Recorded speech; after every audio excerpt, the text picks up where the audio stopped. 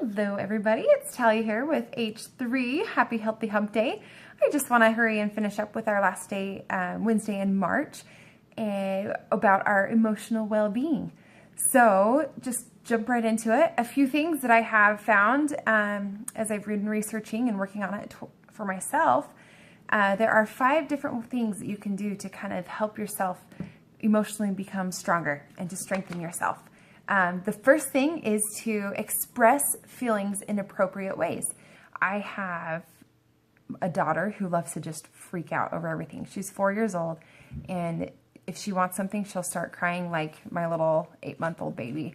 And so we've been very much trying to teach her, hey, that's not the right way to act in this situation. You need to use your words. You're a big girl, and tell us what you need and what you want, because we'll be able to help you out.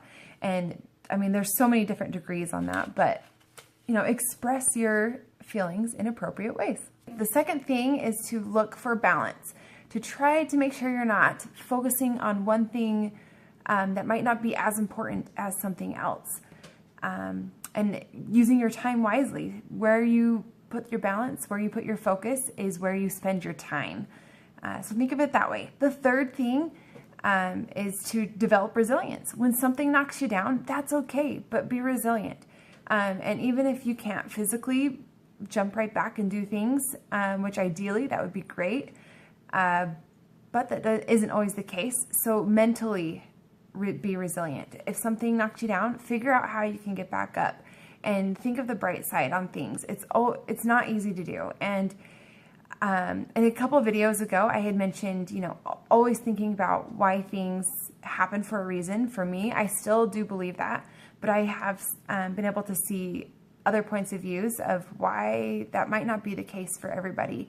And so something that, and I'll just kind of insert our little scripture here instead of ending with it today, that really came to mind, that it's not necessarily focusing on if it's meant, you know, if something happens for a reason or not for a reason, but that it will all work out in the end. And so President Gordon B. Hinckley, I'll just quote one of his things today for the scripture today. And he said, if you do your best, it will all work out. Put your trust in God. The Lord will not forsake us. And anyway, so I just want to make that point clear. For me, I still do think that there's a plan and that God made it that way for a reason, but it's not necessarily the fact that it's that way for a reason. What it is that it will all work out in the end if we are doing our best. So focusing on that will help a lot too. For the fourth thing, calm your mind and your body. Find something that is just kind of an out. We all need to have a moment where we actually just focus on ourselves, whether it's reading, whether that's exercising, whether that's going on vacation, or just, for me, anytime that I can get a moment of just silence and even just a little nap in. Doesn't always happen. In fact, it rarely happens, but when I can get to bed earlier or on time, I feel so much better. And I know it's always just focusing on yourself and be able to calm your mind and your body. Be careful what you put in your mind right before you go to bed too, by the way, because that will make a big influence on how your sleep goes and how rested you are in the morning.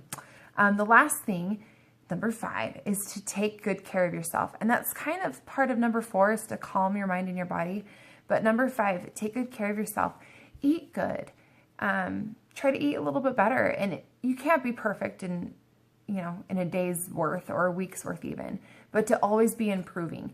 Always try to be eating a little bit better.